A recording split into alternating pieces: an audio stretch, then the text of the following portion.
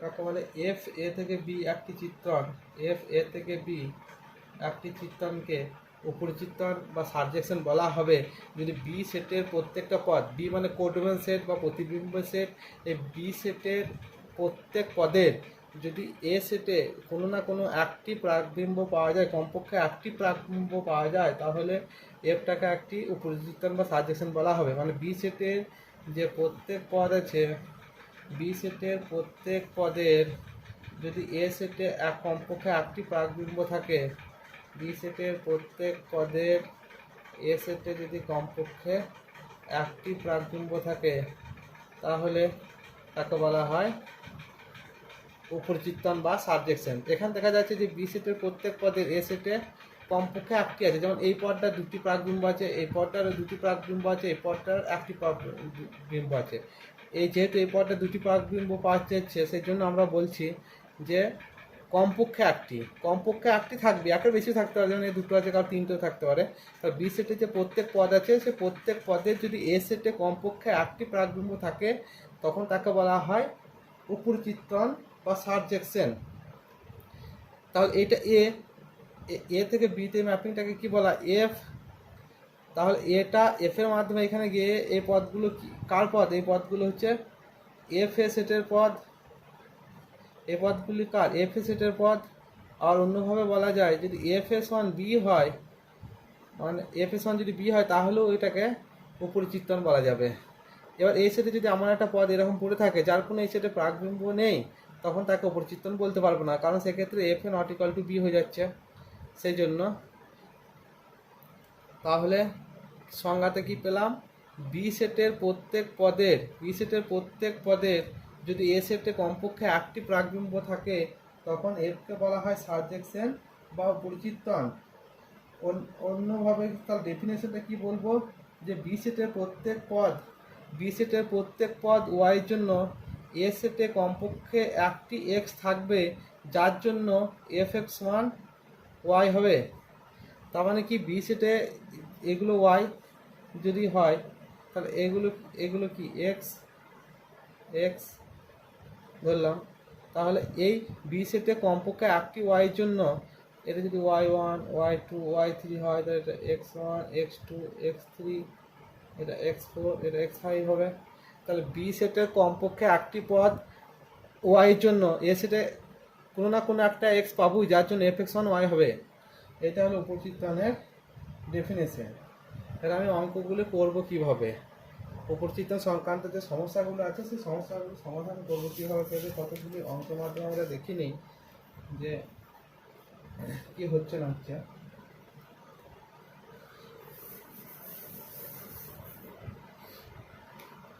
First প্রবলেমটা কি বলছে? ফার্স্ট প্রবলেমটা বলছে যে এফ এম টু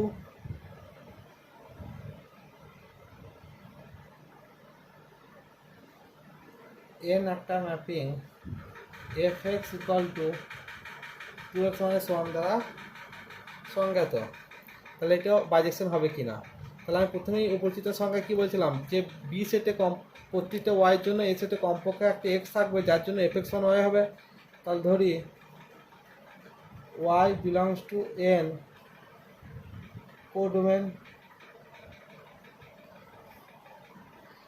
তার জন্য কি লিখতে পারি? F x equal to Y.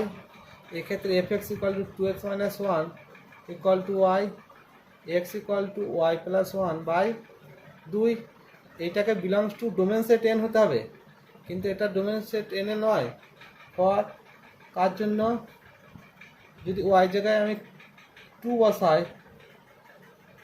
তাহলে কত হবে? 2 + 1/3/2 মানে ইকুয়াল টু তখন 3 এর 2 হবে।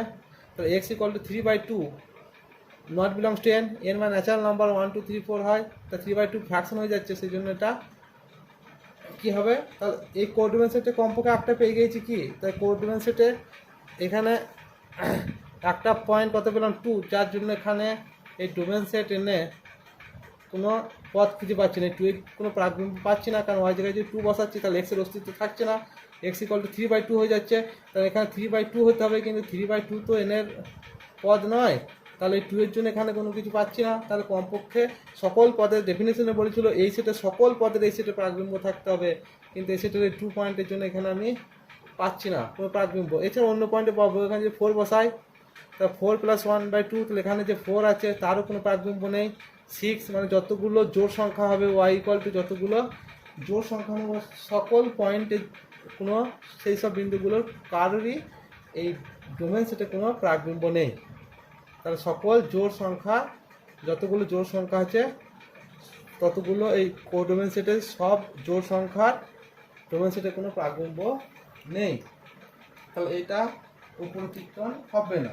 কিন্তু এইটাকে যদি n বাদ দিয়ে এটাকে যদি n d করে দিতাম, d হলো সকল বিজোড় সংখ্যা সেট, d হলো কি, d হলো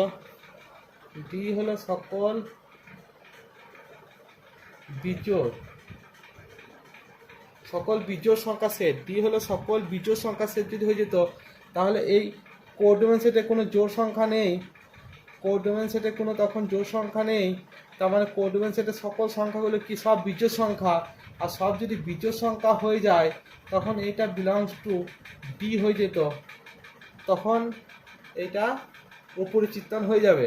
তাহলে fn to n fx = 2x - 1 থাকলে উপরে চিত্রণ হচ্ছে না, কিন্তু fn থেকে d সকল বিজোড় সংখ্যা যদি ম্যাপিং হয়, স্বাভাবিক সংখ্যা থেকে যদি বিজোড় সংখ্যায় ম্যাপিং হয় সেই ক্ষেত্রে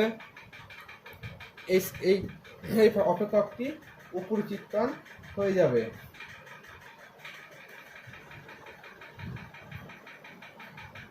আর একটা দেখি,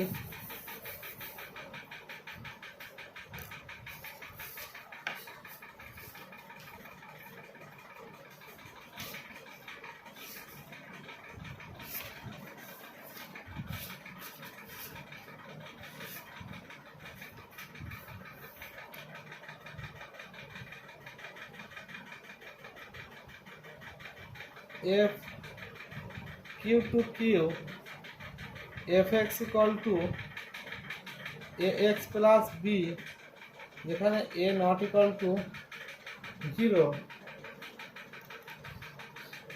এই ক্ষেত্রে কি হবে? তাহলে এক্ষেত্রে একই ধরি y belongs to q codomain set,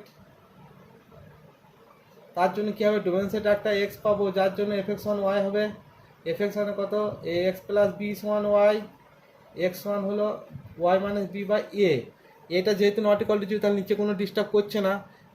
উপরে ওয়াইটা কোথা থেকে নিয়েছি, কিউ থেকে নিয়েছি, তাহলে উপরে যদি যে কোনো মূল্যদ সংখ্যা বসাই তাহলে মূল্যদ সংখ্যা থেকে আরেকটা মূল্যদ সংখ্যা বিয়োগ করে আরেকটা মূল্যদ সংখ্যা যদি ভাগ করি, যেটা নট ইকুয়াল টু 0 যদি হয়, এটা যদি নট ইকুয়াল টু 0 হয় তাহলে সেটাও একটি মূল্যদ সংখ্যা হবে। দুটি মূল্যদ সংখ্যা বিয়োগফল একটি মূল্যদ সংখ্যা, আর সেই মূল্যদ সংখ্যা থেকে যদি একটি মূল্যদ সংখ্যা ভাগ করি, যে মূল্যদ সংখ্যাটা কখনোই 0 নয়, তাহলে গোটাটাই একটা মূল্যদ সংখ্যা হয়। তাহলে এটা বিলংস টু কি হবে, কোনো অসুবিধা নেই, কারণ যেহেতু এখানে এটা নট ইকুয়াল টু 0 বলেছে।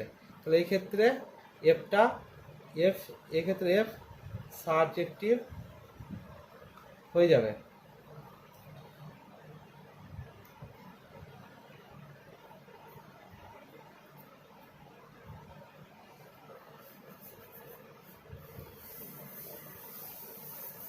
এরপর আর একটা দেখি, 3 নম্বর f r to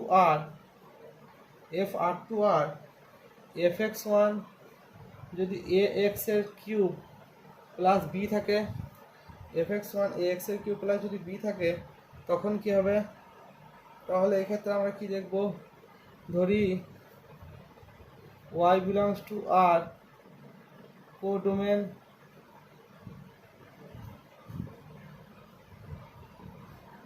তাহলে এখানে কি x পাবো একটা ডোমেন সেটে যার জন্য fx1 y হবে, fx1 ax এর কিউব প্লাস b = y, তাহলে x = y - b/a to the power 1/3,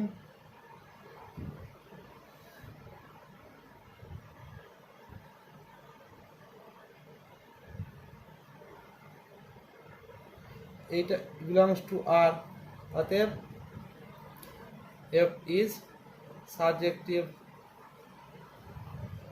এইটা হচ্ছে এই পদটা যেহেতু ওয়াই মাইনাস বি বাই এ, এখানে এখানে এখানে এটা নট ইকুয়াল টু জিরো, এটা নট ইকুয়াল টু জিরো, তাহলে ওয়াই মানে বি বাই এ এটা একটা বাস্তব সংখ্যা হবে। যেহেতু ওয়াইটা একটা বাস্তব সংখ্যা, ওয়াই বাস্তব সংখ্যা থেকে একটা বি বাস্তব সংখ্যা যদি বিয়োগ করি, তার সাথে যদি একটা বাস্তব সংখ্যা ভাগ করি যেটা নট ইকুয়াল টু জিরো, তাহলে সেটাও একটা বাস্তব সংখ্যা হয়। তাহলে ওয়াই মানে বি বাই এ একটা বাস্তব সংখ্যা। বাস্তব সংখ্যার ঘনমূল যদি বের করি তাহলে আমরা কমপক্ষে একটি সবসময় বাস্তব বিট পাবোই। তার মানে এটা ওয়াই মানে বি বাই এ টু একের তিনে যদি আমি ভ্যালু বের করি তাহলে একটা মান আমি এমন পাবো যেটা একটা বাস্তব সংখ্যা হবে। তাহলে এক্স এর একটা মান তো কমপক্ষে বাস্তব পাবোই, তার মানে ওয়াই যে কোনো মানের জন্য এটা যেহেতু মান একটা এ গোটাটা মান যেহেতু একটা বাস্তব হবে, তার মানে এক্স এক্স পাবো একটা। তাহলে ওয়াই যে কোনো মান বসানোর জন্য আমি যে কোনো একটা এক্স পাবোই, কমপক্ষে একটা এক্স পাবোই ডুয়েল সেটে। সেই জন্য এফটা এক্ষেত্রে সাবজেক্টিভ। এক্ষেত্রে অন্যভাবে লেখা যায় যে যেহেতু এর ঘনমূল বের করলে যে কোনো একটি বাস্তব মান পাওয়া যায়, অতএব ওয়াই যে কোনো মানের জন্য ডোমেন সেটে কমপক্ষে একটি এক্স বর্তমান হবে। তো এক্ষেত্রে এফটা সাবজেক্টিভ হয়ে যাচ্ছে। এরপরে আর কতগুলি দেখব, সেটা হচ্ছে এখানে যদি এফ এক্স সমান সাইন এক্স বা কস এক্স থাকতো তাহলে কী হতো, এফ এক্স মান যদি সাইন এক্স থাকতো তাহলে সাইন এক্স এই সেটটা কত আর এটাও আর এটা এটা কার, এটা হচ্ছে সাইন এক্সের সেট আর এটা হচ্ছে এক্সের সেট। তাহলে এক্স আর আছে, তাহলে মাইনাস ইনফিনিটি প্লাস ইনফিনিটি, তাহলে এক্স যদি ওয়ান, এখানে যদি ওয়ান হয় তাহলে এখানে গিয়ে কত কত সঙ্গে ম্যাপিং করবে সাইন ওয়ানের সাথে। এইভাবে এখানে যদি টু দিই তাহলে এই সেটে কোন গিয়ে সাইন টু এর সাথে ম্যাপিং করবে। কিন্তু সাইন এক্সের মান আমরা জানি সবসময় minus one less equal to sine x less equal to plus one. তার মানে এফ অফ এ সমান এফ অফ এস ওয়ান, তার মানে হয়ে যাচ্ছে এফ অফ এস হয়ে যাচ্ছে F x such that minus one less equal two F x less equal two one, এইটা নট ইকুয়াল টু আর হয়ে যাচ্ছে মাইনাস এক থেকে একের মধ্যে হয়ে যাবে, কারণ এক্সের মান যাই বসায় সাইনের ভ্যালু সবসময় কত দেবে, মাইনাস এক থেকে একের মধ্যে দেবে। তাহলে এক্সটা মাইনাস ইনফিনিটি থেকে প্লাস ইনফিনিটি পর্যন্ত যদি ভ্যারি করায় তাহলে সাইন এক্সটা সবসময় কী মান দেবে, এই মাইনাস এক থেকে প্লাস একের মধ্যে দেবে। তাহলে মাইনাস একের বাইরে যে বিন্দুগুলো আছে আর প্লাস একের বাইরে যে বিন্দুগুলো আছে সেই প্রতিটা বিন্দুর এই ডোমেন সেটে কোনো প্রাকবিম্ব নেই। তার মানে এফ এটা কী হয়ে যাচ্ছে মাইনাস এক থেকে একের মধ্যে, তাহলে এর যে রেঞ্জ সেট সেই রেঞ্জ সেটটা মাইনাস এক থেকে একের মধ্যে বন্দী হয়ে যাচ্ছে। সেই জন্য মাইনাস একের থেকে ছোট্ট যে পদগুলি আছে এবং প্লাস একের থেকে বড় যে পদগুলি আছে সেই পদগুলির কোনো ডোমেন সেটে প্রাকবিম্ব নেই। এই ক্ষেত্রে সেই জন্য এফ এটাকে একটি উপরিচিত্তন বলা হবে না। তাহলে এফ এ কি উপরিচিত্তন, এফটা কি সাবজেক্টিভ নয়, তাহলে এফ ইজ নট সাবজেক্টিভ। এক্ষেত্রে কস এক্স যদি থাকতো, এটা যদি কস এক্স থাকতো তাহলেও জিনিসটা কী হতো, কারণ কস এক্সের মানও মাইনাস ওয়ান থেকে প্লাস ওয়ানের মধ্যে থাকে। তাই কস এক্সের ক্ষেত্রেও কী হবে মাইনাস ওয়ান থেকে ছোটো এবং প্লাস ওয়ানের থেকে বড় যে পদগুলি কোডোমেন সেটে আছে সেই সব পদগুলি ডোমেন সেটে কোনো প্রাকবিম্ব নেই। সেই জন্য এফকে একটি সাবজেক্টিভ বলা হবে না, বা এফ একটি উপরিচিত্তন নয়।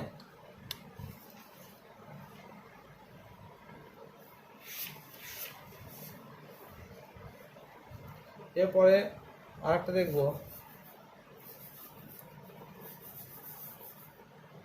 F R plus to R plus f x equal to যদি e to the power x থাকে তাহলে কি হবে, তাহলে কি লিখবো, ধরি Y belongs to R plus codomain, তার জন্য কি হবে ডোমেন সেট একটা এক্স পাবো যার জন্য এফ এক্স ওয়ান ওয়াই হয়। তাহলে E to the power X one Y X one log Y belongs to R plus, যেহেতু লগ ডিফাইন করে না নেগেটিভের জন্য সেই জন্য এই ক্ষেত্রে R plus to R plus mapping নিয়েছি, ধনাত্মকগুলোকে কনসিডার করেছি, জিরো থেকে নেগেটিভগুলো বাদ দিয়ে দিয়েছি, জিরো এবং নেগেটিভগুলো বাদ দিয়ে দিয়েছি, শুধু ধনাত্মকগুলো নেওয়া হয়েছে। তার কারণ লগটা নেগেটিভ বা জিরোতে অস্তিত্বহীন হয়ে যায় সেই জন্য। তাহলে এখানে যদি আমি নেগেটিভ নাই বসাতে পারি তাহলে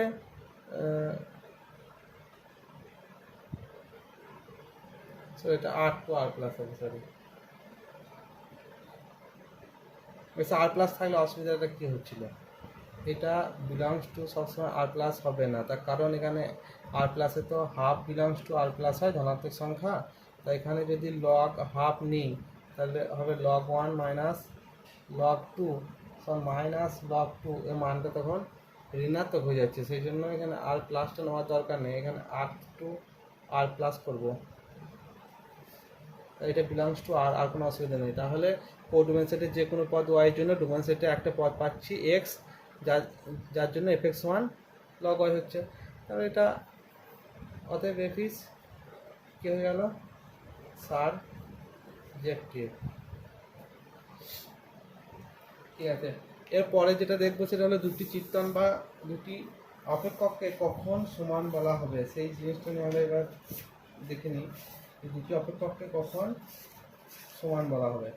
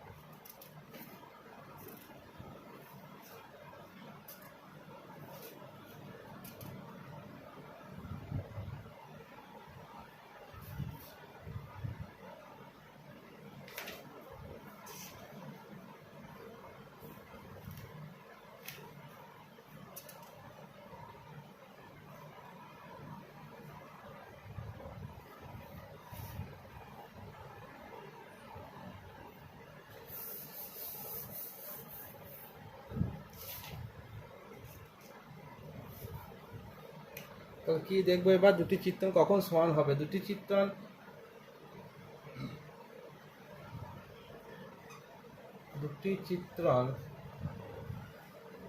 এফ ও জি কে সমান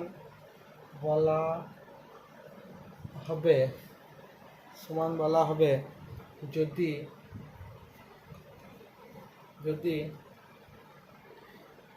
এফ যদি এফ এর ক্ষেত্র এই এফ এর ক্ষেত্র আর জি এর ক্ষেত্র যদি সমান হয়, যদি এফ এর ক্ষেত্র এফ এর ডোমেন ইকুয়াল টু জি এর ডোমেন হয়। 2 নম্বর পয়েন্টটা কি বলছে, যদি সব x belongs to d F এর ডোমেনে যে বিন্দুগুলি আছে সেই বিন্দুগুলিতে এটাকে বা লিখতে পারি x belongs to d f by d g, যেহেতু ডোমেন দুটো সমান তাই ডি এফ আর ডিজি সমান, তাহলে এই এফ আর জি এর ডোমেনে যে বিন্দুগুলি আছে সেই সকল বিন্দুতে এফ এর যা ভ্যালু হবে জি এরও তাই ভ্যালু হবে, মানে এই ডোমেনে যদি 1 বিন্দু থাকে, একটা বিন্দু যদি 1 থাকে এই দুটি অপেক্ষকের ডোমেনে, তাহলে এফ ওয়ান সমান জি ওয়ান হতে হবে, যদি 1-এর সাথে 2ও থাকে তাহলে আমাকে এফ টু সমান জি টু দেখাতে হবে, এভাবে যতগুলো বিন্দু থাকবে সেসব বিন্দুগুলোতে ফাংশনাল ভ্যালুগুলো সমান হতে হবে, যদি সমান হয়ে যায় তাহলে এফ ও জিকে সমান বলা হবে। তাহলে দুটি শর্তে কি বলা হলো, যদি এফ এর ডোমেন আর জি এর ডোমেন সমান হয়ে যায় আর সেই ডোমেনের অবস্থিত বিন্দুগুলিতে প্রত্যেকটা বিন্দুতে এফ এর যা ভ্যালু হবে জিরো তার ভ্যালু হবে, যদি এই ডোমেনে দুটো বিন্দু থাকতে 1 আর 2 তাহলে এক বিন্দুতে এফ ওয়ান সমান জি ওয়ান আর দুই বিন্দুর জন্য F2 সমান G2 হতে হবে, যদি 3 থাকতো তাহলে F3 সমান G3 এটাও দেখাতে হতো, যদি হাফ থাকতো তাহলে F হাফ সমান G হাফও দেখাতে হতো। তো এইভাবে সকল বিন্দুতে চেক করতে হবে যে ফাংশনাল ভ্যালু দুটো সমান হচ্ছে কিনা। যদি হয়ে যায় তখন আমরা বলবো অপেক্ষক দুটি বা কীর্তন দুটি সমান। তাহলে একটা উদাহরণ সাহায্যে দেখে নেওয়া যাক। এখানে একটা অপেক্ষক দিয়েছে F r-1 to r fx সমান x square minus 1 by x minus 1, আর একটা বলছে F r2 r g r2 r gx equal to x plus 1। এই ক্ষেত্রে এই f এর ডোমেনকে কি বলছে df, the domain of f equal to কত r-1। আর এই প্রথম সেটটা হচ্ছে ডোমেন আর এটা হচ্ছে রেঞ্জ সেট বলেছিলাম, এটা ক্ষেত্র, এটা পাল্লা, এটা ক্ষেত্র, এটা পাল্লা। তাহলে dg কত, dgটা r, এটা r-1 আর এটা হচ্ছে r, তাহলে কি হলো df not equal two dg। তাহলে এক্ষেত্রে f therefore f not equal two g। বেশ, তাহলে এখানে তাহলে কি দিলাম, এফ এর ডোমেনটা হচ্ছে r-1 আর জি এর ডোমেনটা r, কারণ এফ এর ডোমেনে 1 নেই কিন্তু জি এর ডোমেনে 1 আছে, সেই জন্য ডোমেন অফ এফ আর domain of G equal to হলো না যেহেতু, তাহলে প্রথম শর্তটা স্যাটিসফাই করলো না, তাই এক্ষেত্রে এই অপেক্ষক দুটিকে আমরা সমান বলবো না। আর একটা উদাহরণ সাহায্যে দেখি।